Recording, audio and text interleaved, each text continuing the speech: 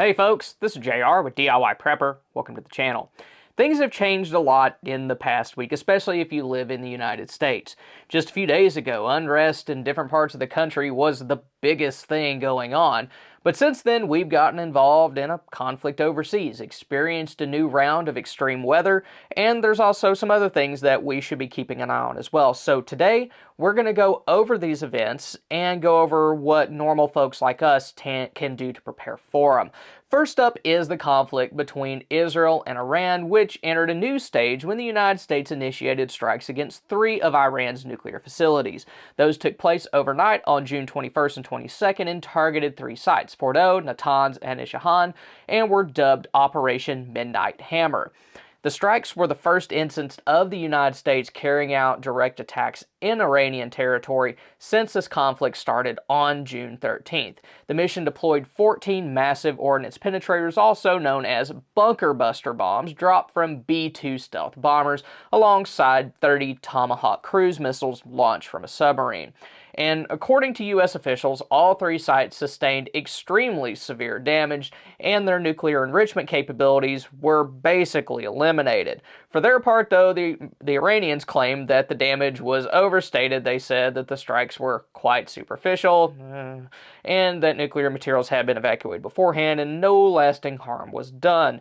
In response, though, Iran has launched counterstrikes at American bases in the region, most notably the one in Qatar. But regardless of how effective the strikes were, they do mark a significant escalation. For the first time, the U.S. officially joined Israel's bombing campaign. Here at home, the strikes stirred a lot of political friction. They were done without any formal congressional authorization, prompting lawmakers from both parties to challenge the constitutionality of using military force without approval. And while there is a ceasefire right now, as of making this video on Tuesday morning, it isn't stable. Israel accused Iran of violating, and President Trump has accused both sides of doing so. So while it is possible that things will stabilize, it's also possible that the ceasefire could fall apart. And if that happens, there are some very tangible ways that a prolonged conflict over there could affect all of us here. First, there's energy and fuel. Iran is a major player in global oil markets, and they've made threats to close the Strait of Hormuz, which could cause big economic issues. Around 20% of the world's crude oil passes through there, so disruptions could lead to gas price spikes and shortages. Second, there's the power grid and cyber threats. Iran does have some advanced cyber warfare capability, so in retaliation, they could target U.S. infrastructure, things like power, water, or communication systems.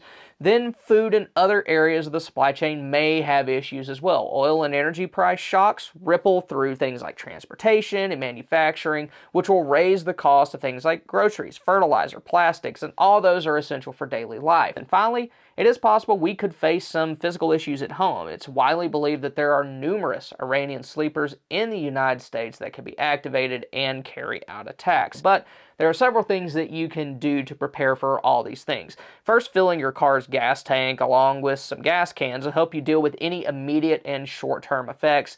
Then also consider stockpiling other fuels like propane for things like portable generators. Backup communication methods like radios are good to have also, and then take a look at your food storage and fill any holes that you have.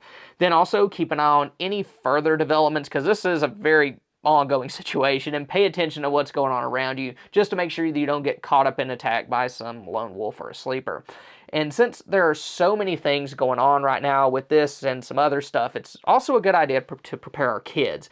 They don't need to be exposed to all the not so fun details of these events, but they should know what to do if there's an emergency at home. And to help with that, I came up with the ultimate emergency go list for kids. It has a checklist of the things that they can do to help out if there's an emergency, and I've also put a few blank spaces in there in case you need to add some specific items. And then there's pictures to help out the little ones who aren't quite reading that well yet.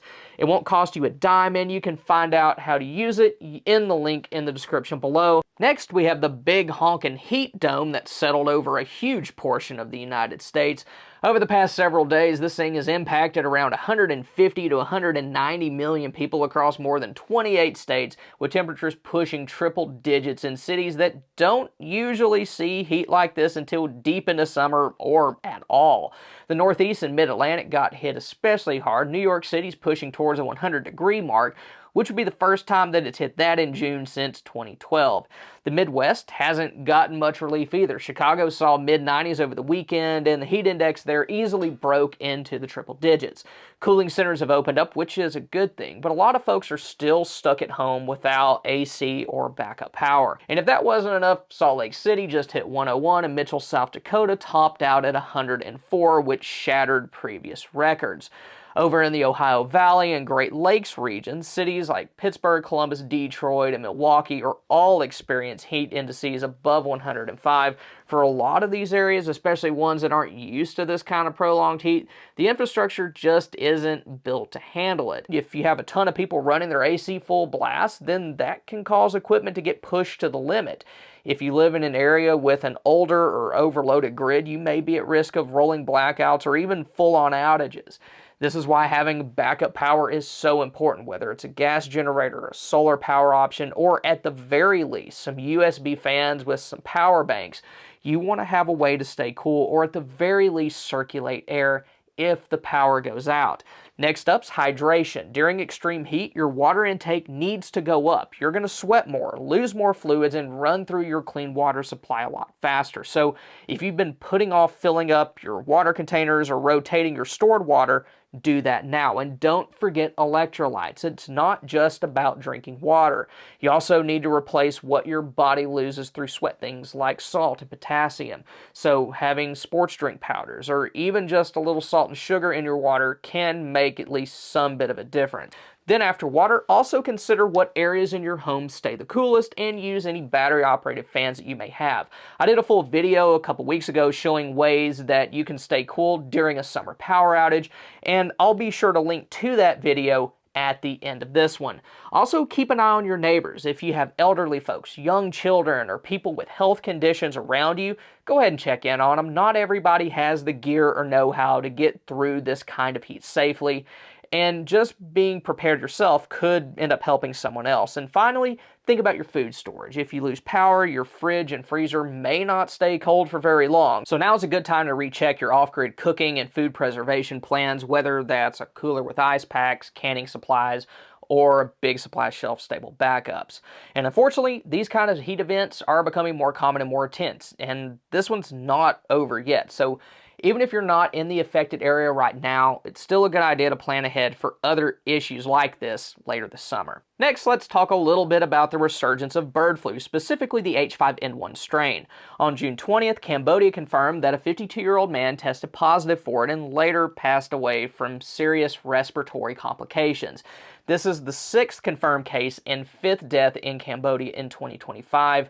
So Cambodian health authorities are now aggressively tracing contacts and distributing Tamiflu antivirals to those exposed, hoping to prevent human-to-human spread. And even though Cambodia is pretty far from most of us, it's still a reminder that H5N1 is very dangerous. An ongoing zoonotic transmission, which is transmission from animals to humans, underscores the ever-present threat, especially with reports that some cases were asymptomatic or mild, making real spread harder to track. Back here in the U.S., the virus is primarily wreaking havoc in poultry. In mid-June, an Arizona poultry farm experienced the 3rd confirmed outbreak in Maricopa County this spring. This one destroyed nearly 6 million birds, about 95% of the flock. Agricultural officials declared an animal disease emergency, shuttered farms, and even approved mass burials with strict environmental safeguards in place to manage contaminated carcasses. And unfortunately, this event is part of a wider epidemic. Since May, at least 4 poultry facilities in Maricopa County have tested positive, which has prompted massive culls and public alarm. Globally, H5N1 has devastated wild bird and poultry populations and crossed into humans and other mammals with worrying frequency. And we as preppers should pay attention to this for several reasons. First, this bird flu wave has already caused us to lose millions upon millions of egg-laying hens. Because of this, it's likely that we'll continue to deal with the egg shortages and price spikes that have been causing problems for probably the past couple years. Stocking up on powdered eggs and canned meats can help you stay insulated if things get really bad. Then there's the ongoing threat of this turning into another global situation. H5N1's crossed into humans and other mammals before. However, human-human spread is still rare, which is definitely a good thing because this is no joke. However, viruses can change over time, so there's a chance that human-to-human spread could become more common. And if that does happen, it would probably spread very fast. We all saw that in 2019 and 2020, where international travel and commerce played a big part in how quickly everything spread. And finally, this shows us all how vulnerable modern large-scale agriculture can be. To make things worse, our population has grown to the point that it wouldn't be sustainable without that large-scale agriculture. So to deal with this, stay on top of your food storage and medical preps. Also have what you need to keep your home clean. And if you have animals, take care of them. Be sure to keep an eye on any developments in the news or releases from organizations like USDA, WHO, or other agencies who deal with H5N1. Next up, we have the massive data breach that hit headlines last week. And this wasn't your average leak. It's being called one of the largest credential exposures in history, with over 16 billion usernames and passwords recovered over at least 30 separate data sets. I do want to clarify, though, that this wasn't a direct hack on companies like Google, Facebook, Apple, or Microsoft. Instead, these credentials were collected over time through InfoStealer malware, which is basically software that infects individual devices and quietly collects login details while people like us browse or log into accounts. The result is a huge pile of stolen usernames and passwords covering platforms like Google, Facebook, Apple, Telegram, and then even some government websites. And what makes this different is that all those dumps were compiled and exposed together, sitting briefly in unsecured cloud storage that researchers found before cybercriminals could make full use of it. At least we hope that's what happened. This type of data, though, is an absolute goldmine for scammers and hackers, and they could use it to do a ton of damage. With billions of logins floating around, bad actors can now launch phishing campaigns, identity theft operations, and even account takeovers. Some might even use this to impersonate real people or gain access to financial accounts, cloud storage, or private communications. So what can people like us do? First, if you haven't changed your passwords lately, now is a very good time to do that, especially for any big accounts like Google, Apple, Facebook, or Microsoft. You want to use strong, unique passwords for every one of your accounts, because if one gets compromised, you don't want it opening the door to everything else. Second, enable two-factor authentication, or better yet, switch to passkeys if the platform supports them. That way, even if your password's floating around out there, attackers still won't be able to get in. Also, keep an eye out for phishing scams pretending to be from folks like tech support, banks, or security teams. You might start getting texts or emails warning you about a breach, but if they include sketchy links or ask you to log in, don't take the bait. And finally, make sure your devices are fully updated and protected.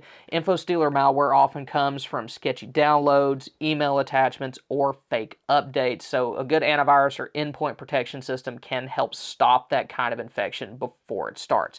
Now, if you want to see ways that you can stay cool if the grid goes down this summer, then click here. Or if you want to see the preps that you need to survive a potential World War III, then click here. Thank y'all for stopping by. Y'all have a good one.